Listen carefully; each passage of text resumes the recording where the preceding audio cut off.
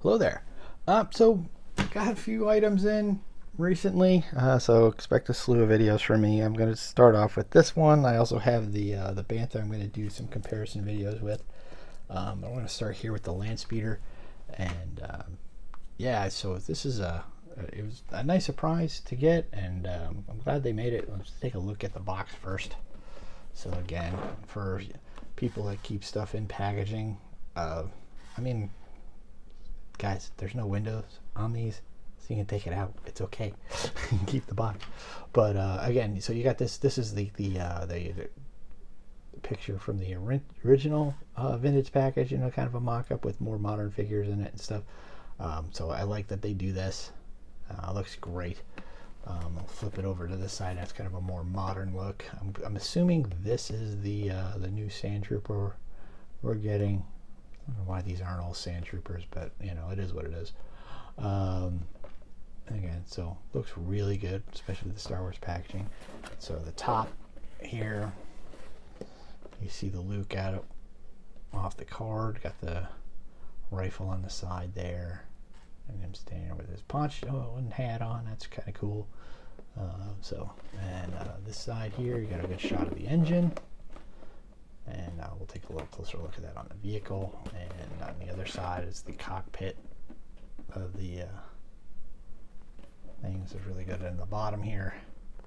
It's just everything that comes, everything that's included. So that's kind of cool. So I'm going to put the box to the side here. And let's take a look at the vehicle itself. Again, they've done a really good job with this. One thing I've liked, you know, I thought about comparing this one to my original vintage one, but like on that one, this engine is completely broken off. I don't even know where. I think I lost it when I was a kid after gluing it on several times. It was one well-loved vehicle. And but here we have, you know, I mean, again, look at this. There's nice weathering here. I mean, this is obviously molded in, but they painted over it as well with the silver. It looks really cool. The one exposed engine looks really nice. Again, in the front here, you got this big dent. It's awesome. The one thing I would say as a complaint is this thing is really just kind of loose and just kind of spins around. But if you open up this, again, there's a good look at that engine. I'd love that, you know, because I think I have the Power of the Force 2 version, and then I have my vintage one. Each one of them had a sticker in here to show the engine, and so it's nice that it's, you know, it's like molded plastic and paint apps and stuff. It looks really cool. Plus, I have the part that sticks out over the engine. And again, yeah, there's the cockpit. Again, another thing that they've had ever since the vintage days is this little lever, which, you know, pulls the wheels up.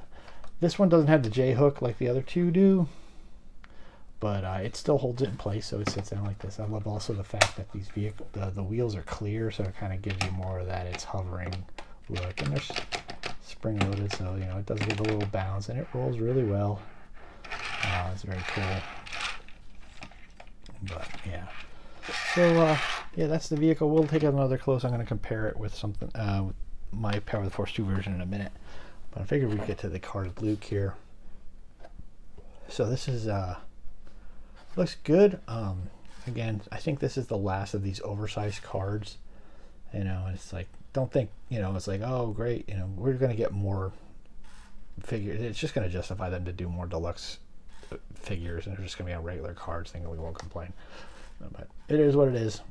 I just don't think any original 96 figure should be on a deluxe card. A Man-to-Man probably will. If they do a TVC, a Man-to-Man is going to be a deluxe figure. I mean, the last one they did was Power of the Jedi, I think. I have it. He's in my Jabba display. Great figure. That was a deluxe figure, but then again, it wasn't on TVC type packaging, so we weren't trying to go for that nostalgia. But here he is. I got all those accessories there. I mean, this is basically the Luke that came out in the main line. It's just with extra accessories. You got the two lightsabers that he had before, plus you also have looks like, you know, you got binoculars, the droid collar, the rifle that's going to go on the Landspeeder, you know, because, and then his floppy hat and his poncho, which is on the tray in the back. And again, on that back here. So they're showing, whoops, oh, geez. So here they're showing the, well, I guess this is one for this card actually, and showing them off the card there instead of, but it, you know, like I said, it's basically the other regular TVC figure. Now I'm going to do this. Sorry, Martin. Sorry you have to witness this. But that was funny. It was a while back. Paul from Paul's Collectibles wondered how I got the bubble off the card so easy. All I do is I take my Swiss Army knife here, and I just, because I do keep the cards, you know, I'm trying to figure out something to do with the cards, put them like in a binder or something, but basically this is all I do is I just cut along like this, and I keep it close to the card here, and I just go around. Try not to nick the card at all. And and then it comes right off. And then it keeps the card. I got a little cut on it, but not a big deal. And so there's that. And again, here he is.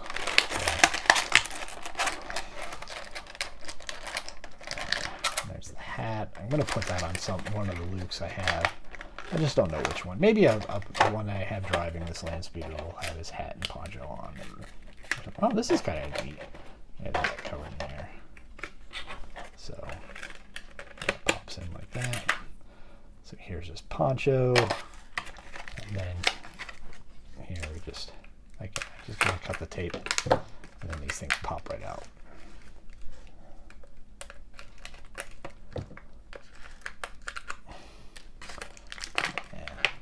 Usually I pause the camera, but I figured I wanted to show how I got him off the card, because I did get that question in the past. And it just pops right out, and there's the Luke. And again, it's basically the same Luke as we had before. So we have a spot for his lightsaber hilt here. And will this go on somewhere? I think if I take, no, that's a peg. This is a hole. Don't think this has a. Oh yeah, it does. Okay, yeah. So I could swap this with this if I want, or just, you know, I can swap it with, because when you see him using this, he doesn't have his lightsaber yet. So I guess I could go here. Unless there's another hole. Well, there's a hole over here. Well, there's also the droid collar. I forgot. He's got to have that. So, boy,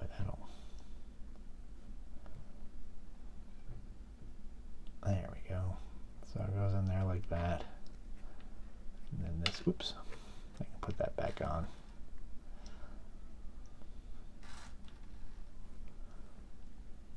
Line the hole up right. Come on. And then I can. It's funny because it's like, you know, this poncho is kind of the same as the one Qui-Gon wears. And let's see, I got to put his arm in.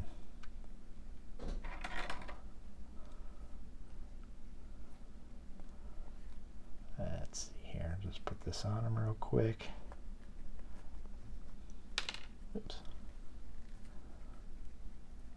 Oh, there we go. And then this over the head. Oh, come on. There we go. Nice and easy. Put his hat on him. And there we go. Ready to go out into the moisture farms. I'll walk around Mos Eisley. There's our guy. And I might have him actually hold his binoculars.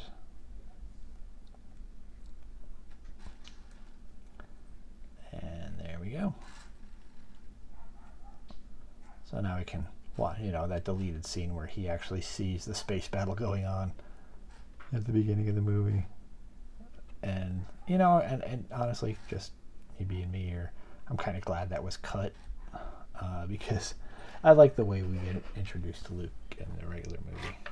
But All right, so that's what the figure looks like. We've seen the vehicle. Let me just get the my Power of the Force 2 Landspeeder, and we will compare the two. Just give me a sec. Okay, so here are the two Landspeeders side by side here. Let me get this stuff out of the way. So I have this Luke here, just sitting in the Power of the Force 2 one. Like I said, I'll bring it up. So I'll show you the vintage. This one has peg holes, or pegs, I'm sorry, here, and there's one on the back seat here. Now the vintage one also had pegs, foot pegs in the back of the seat.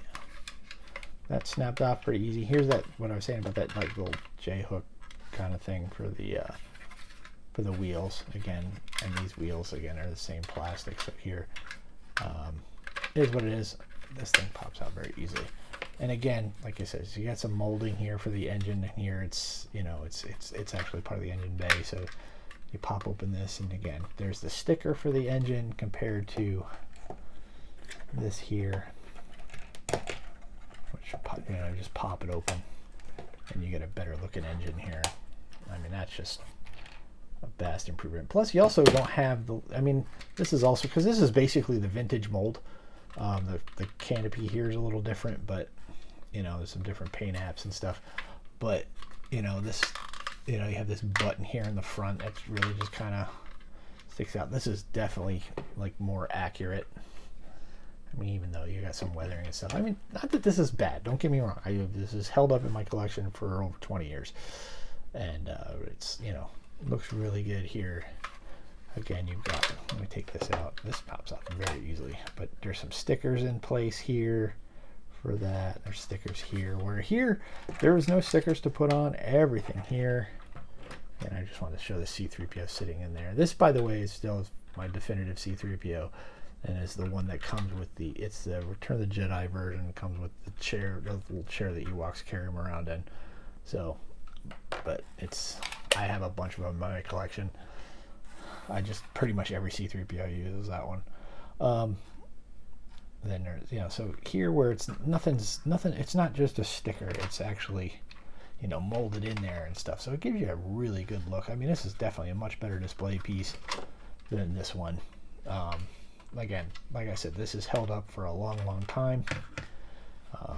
It also rolls very well, you know, and so it's a nice piece. But I got to admit, they have definitely upped their game and given us a really nice small vehicle here. And what was this one? I mean, for the price, I mean, it was this one was like $60, and then the Bantha was $70. So, and again, I think they did a really good job with this. So I'm really enjoying it. And it's definitely going to look good in any kind of Tatooine display you have. So, but that should do it for this one. You know, again, as always, thank you so much for watching. If you're already one of my subscribers, thank you very much. I greatly appreciate you. If you're not a subscriber yet, please consider subscribing. Leave a like. You've made it this far. It'll help with the algorithm. Also, leave a comment below. Tell me what you think. You know, I'd love to hear what your thoughts on this. Do you like it? Do you not like it? What do you not like about it? What do you think is the best part about it? Martin, again, sorry, I actually you had to watch that be opening a figure. But that was really kind of, like I said, it was for Paul's benefit at Paul's Collectibles, because he asked a while back how I open figures, and I needed to show him.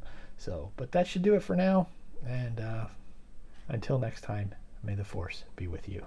Remember, the Force will be with you always. The Force will be with you.